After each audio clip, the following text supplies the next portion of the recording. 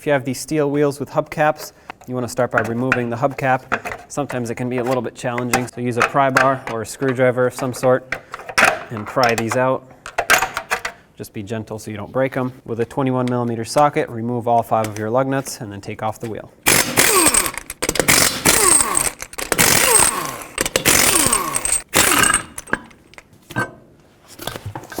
On the back side of the sway bar link, I put some locking pliers, and then with a 17mm socket, I'm going to attempt to take this nut off.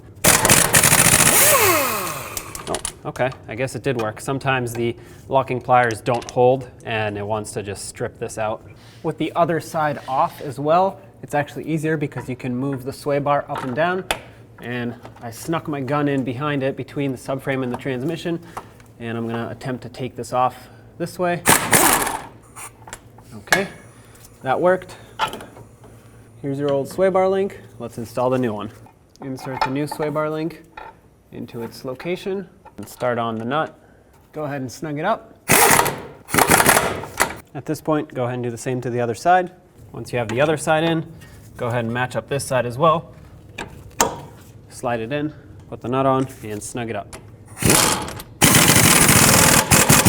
Torque for this nut is 55 foot-pounds, but there's no way I can torque the bottom on either of them, so I'm just going to make them both snug with my air gun and call it good enough. If you want to torque it, go ahead, but most likely you're going to have a hard time with that bottom one. The top one is easy to torque, but just make it tight.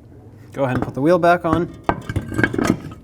Start on all 5 of your lug nuts, snug them up, and torque them to 76 foot-pounds.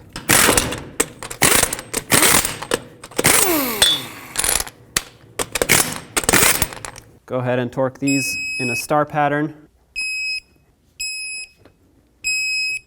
And don't forget about your hubcap. You want to make sure that you line up the cutout on the hubcap with the valve stem